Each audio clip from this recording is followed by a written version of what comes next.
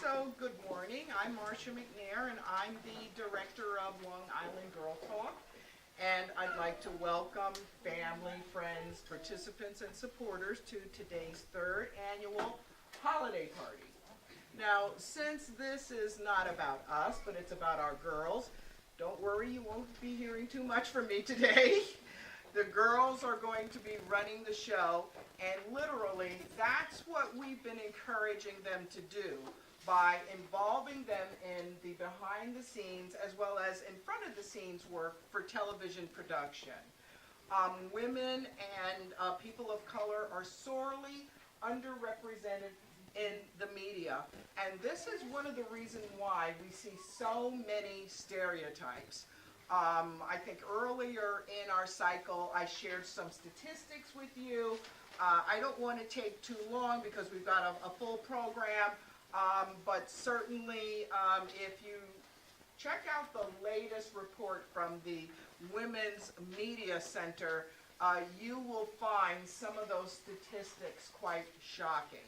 So Long Island Girl Talk is really about encouraging our girls not only to become more involved in the media as both consumers and producers, but to build the leadership skills, to provide the support that they so sorely need in a society in which they are typically overlooked and not represented wherever they go.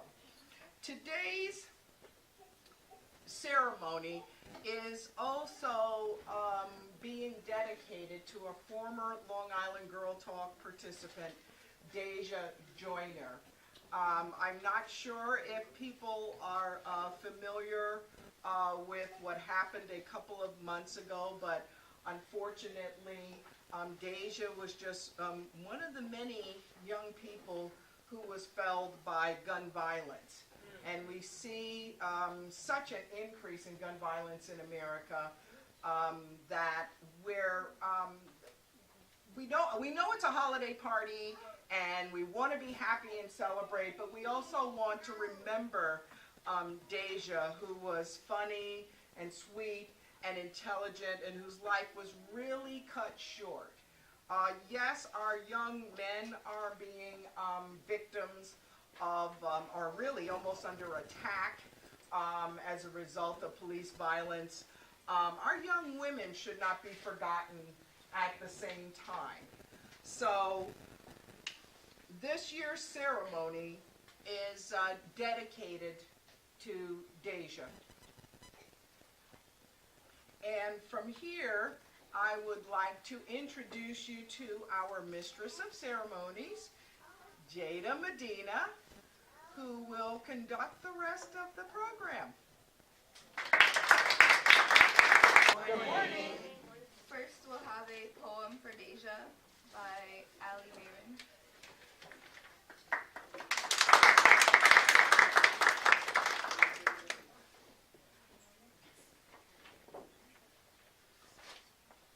Good morning, ladies and gentlemen.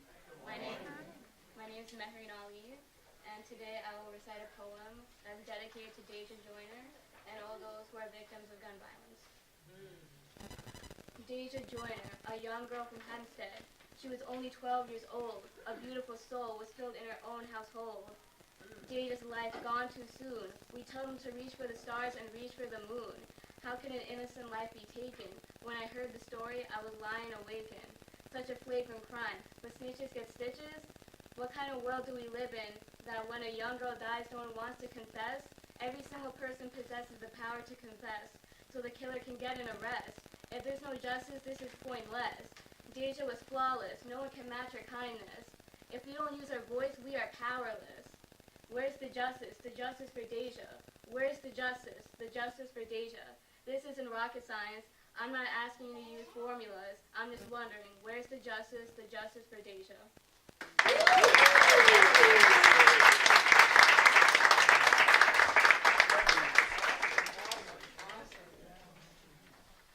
Now, Chanel Morrison will be reading a poem called Enjoy.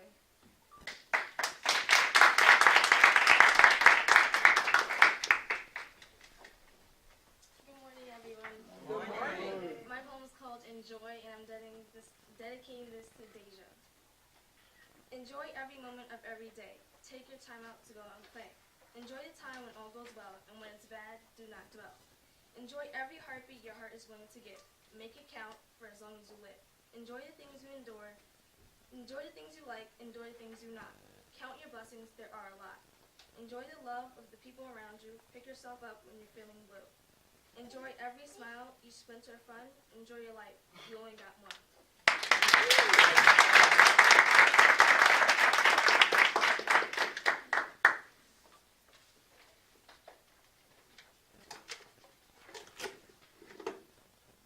We will be beginning our award ceremony now. Now we'll have Candice Brown with the introduction of Visionary Community Service awardee Tammie S. Williams.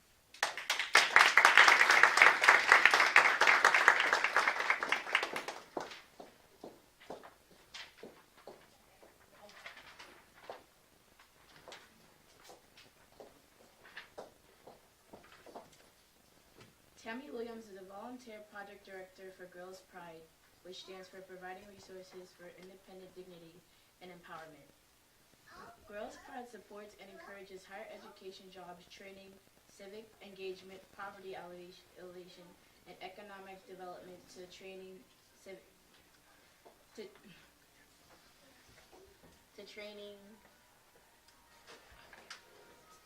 higher education, jobs, and empowerment. Girls Pride supports and encourages higher education, jobs, training, civic engagement, and poverty alleviation and economic development to young women and girls of color. Additionally, part of Girls Pride's mission is to promote equal access to full empowerment and decent work to alleviate both the cycle of poverty as well as social and economic disparities. As project director of Girls Pride, Ms. Williams states that it is her privilege and facilitate meeting the goals of the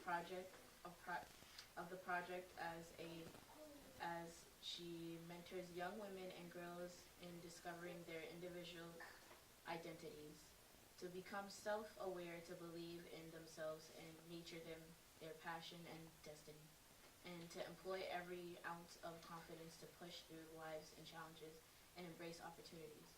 Ms. Williams holds a Bachelor of Science degree in Community Human Services for State University of New York's Empire State College and Master's degree in Social Work from Sylvan's High School of Social Work at City University of New York and Hunter College.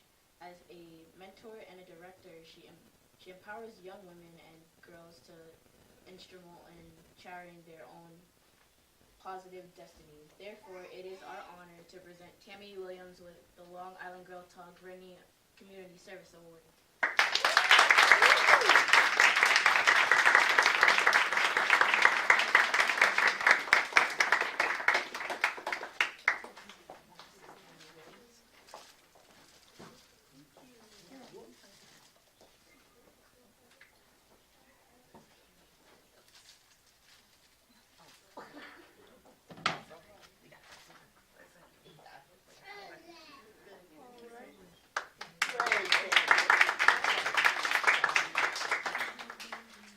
I will be brief. Good morning, everyone. I'm going to pass this around as I just talked for probably two minutes about what we do with Girls Pride. Since this is about media and exploitation of our women and our girls, this is one of our campaigns. We organized an initiative to get an ad taken down by Anheuser-Busch. If you ever heard the term bot, all right. So why is this being targeted to our young women, but then when we walk into other stores in more affluent communities like Garden City, it's called Limerita. Same drink, same product, but geared towards communities of color. So we went up against Anheuser-Busch and we got them to pull $1 million ad. So this is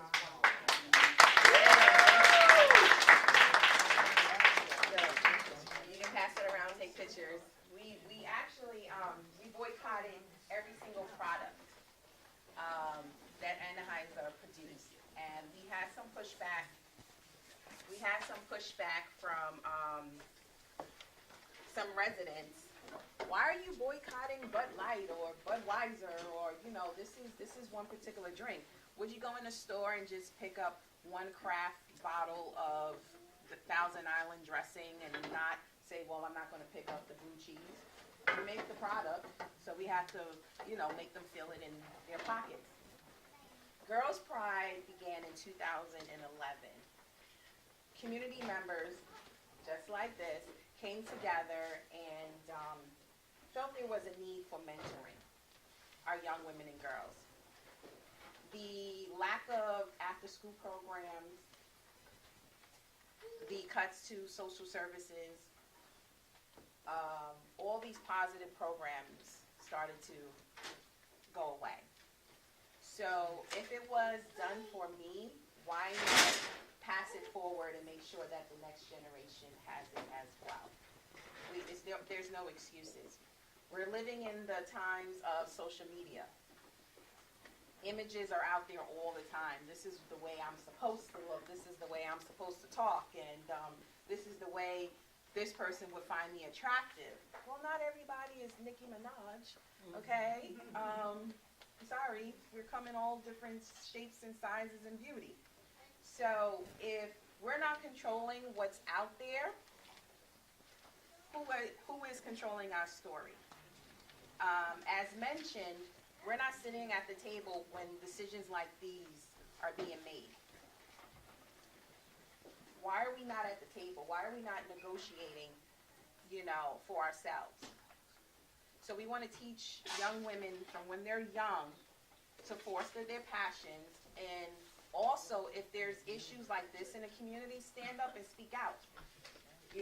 Don't accept it. Don't buy it. Don't buy into it.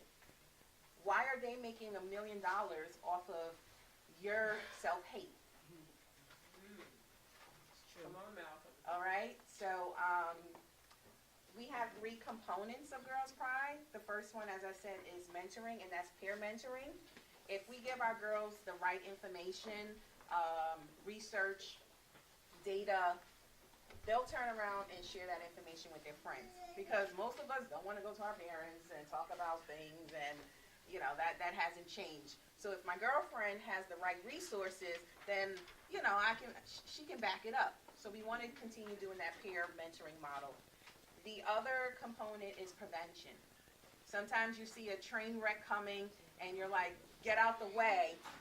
You don't have to go through those life challenges in order to learn from someone else's mistakes. Okay? That's the whole thing of passing the torch and the mantle forward. The second component of Girls Pride is poverty alleviation and economic development. What comes into our community? How are we going to sustain that? Why is there so many liquor stores in one community and the other one has wine and spirits? Things like that. We walk around and we map out our communities.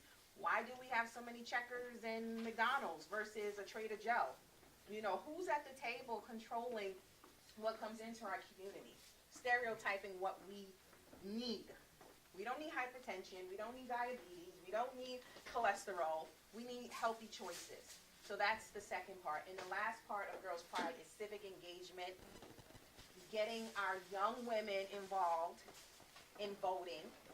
We have a Vote 18 campaign, which is phenomenal, with the League of Women Voters. So we encourage girls to learn what issues are affecting women around the globe. What issues are affecting women within your community? What are you not seeing? Okay, women are the backbone and the strength of every single family. Amen. Women Yes. are the backbone and strength in every single campaign. Every organizing effort, anything that was pushed forward throughout our lifetimes is because a woman, organized it. So there's no reason why you're not at the table or you're not at the polls or you're not running for office or anything like that. Yep. I had the pleasure of this year running for town council, which was another step into the direction of empowerment.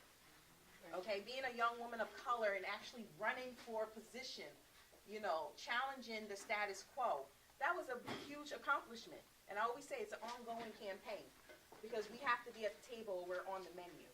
Okay, so when we think about Girls Pride, we think about providing resources. When we think about Girls Pride, we're pushing young women into higher education, knowing that's the way out of poverty, or that's the way out of the situation that you're currently in. We give those options, and we embrace those options, and then we put opportunities. I put you in a room with some successful people. It can be television, it can be radio, it can be a vice president of American Express. But it's for you to step to that person and give them that little elevator 2-second speech. And I have to give those 2-second elevator speeches a lot. What's Girls Pride about? It's about okay. All right, I'll write you a check. What are you about? Okay, I'll write you a check. But you put yourself out there. So that confidence, that standing up straight, that people would know who you are when you walk in the room. Just because you walking in there like your name is Beyonce. Yeah. Okay? Like, what? She doesn't have anything on me. All right?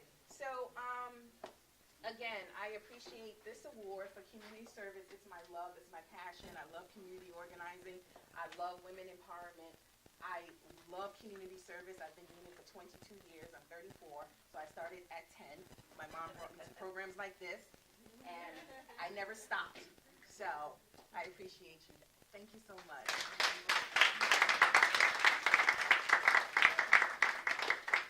Any questions? Okay, this is good. So we have a fashion show in the Women's History Month celebration coming up, March 19th. We'll definitely send out the information. Okay, Saturday, March 19th is going to be in St. Albans. This is where we take the fashion and the icons and the trailblazers, and we honor them for Women's History Month. Every movement has some type of fashion behind it, whether it was the Civil Rights Movement, the Renaissance Movement, coming from the motherland to America. We want our girls to learn our history and make sure that they'll pay homage to those who paved the way for them, okay? Thank you. Samuels, doing the introduction for Visionary Entrepreneurship awardee Natasha Nurse.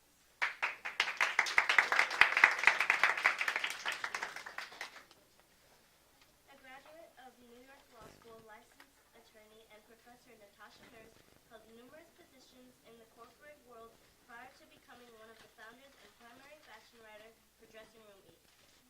Having been a victim of bullying as a child, Professor Nurse learned to seek out fashion as a source of strength early on and actively uses it as a professional means of empowerment. Because of her own experiences with bullying and strong desire to help others within the plus-size community, Professor Nurse started Dressing Room Week to provide a web-based resource where curvy and plus-size women can discover, explore, and experiment with fashion as a means for personal growth and experience and empowerment. Not one to say I do, but she loves to keep a full calendar. Aside from running Dressing Room 8, she is an adjunct professor at Nassau Community College, where she teaches Introduction to Women's Studies. She created WST Feminist Blog, an open forum for sharing original content, links, and creative work addressing to cutting-edge women's issues. She also is a volunteer at the workshop facilitator for Long Island Girl Talk. In addition, she conducts workshops at libraries, local libraries, community police organizations on the top of empowerment through fashion. Professor is an animal lover and a big film buff. When she's not traveling or juggling multiple projects, she likes to spend time with her husband Khalil, cat Toby, and dog JJ. Girl Talk is proud to award attorney and businesswoman Professor Natasha Nurse with our Visionary Entrepreneurship Award.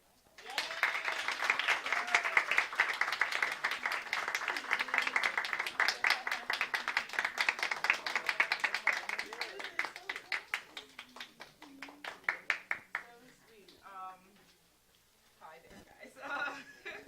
I'm honored. Thank you for this to be awarded. It's always, a wonderful moment in life. I come from two Jamaican parents who have told me to make an impact with my life each and every day, and I work hard at doing that. And many of the girls here, I have been bullied. I have been rejected. I've had to deal with different, life circumstances that, kind of propel you and create, the woman you're going to be. And for me, I love fashion because it is a wonderful tool. It allows you to create who you're going to be to the world, right? And you can, as a plus-size woman, I try to emphasize to women that you can be plus and chic, plus and this, right? But generally, Dressing Room 8 is a site that's empowering for all women. And, it's been an honor to work with you girls, and you all are amazing. And, I don't want to take up too much of your time, Marcia. So just thank you again, and, keep believing in your dreams. Keep, figuring out who you're going to be and be the best at that, right? And you are the master of your fate. And so that's what I try to live by each and every day, and thank you again.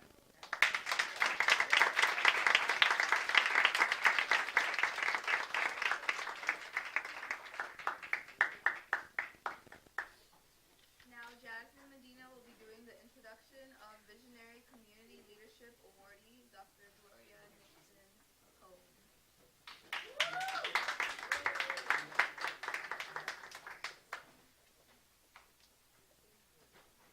Dr. Gloria Nixon-Pone grew up in West Memphis, Arkansas, and moved to New York after high school. She has spent her life in pursuit of knowledge and women's activism. She received her bachelor's degree in information science from Pace University in 1981. She enjoyed a 20-year banking career at Chase Manhattan Bank and Bankers Trust Company, where she held positions from clerk to vice president.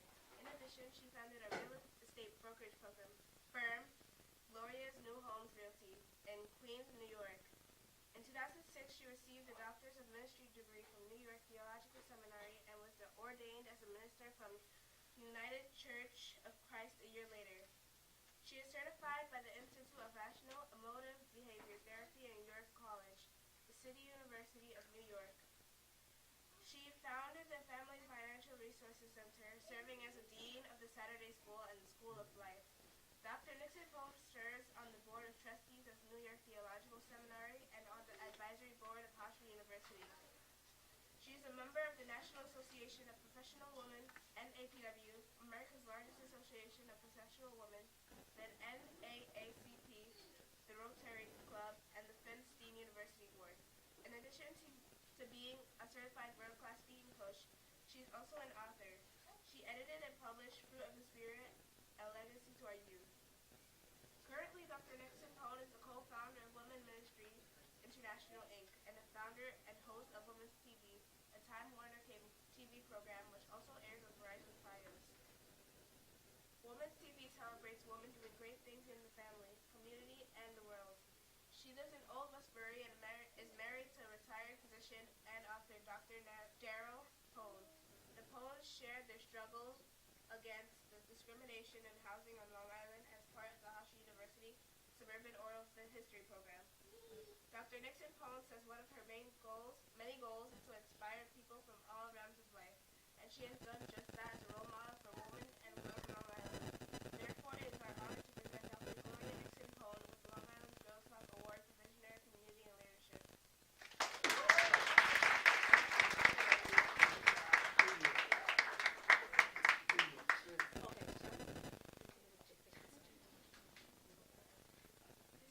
It is an honor to be here.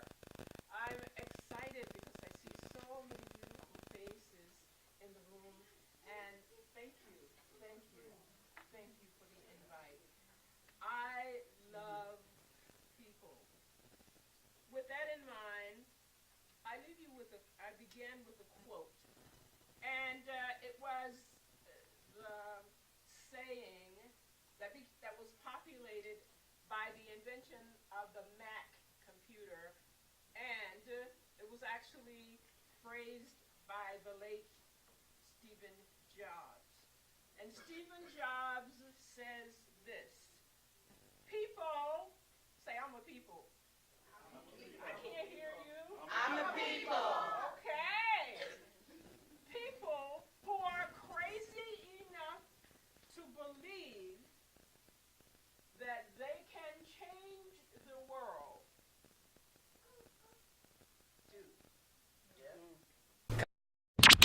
Keep it real.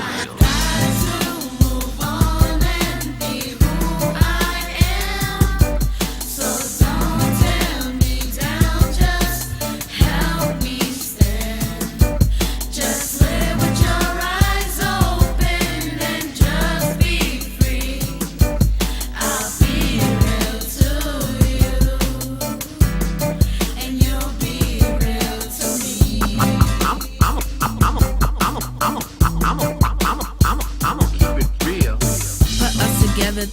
friendship better. We down for each other,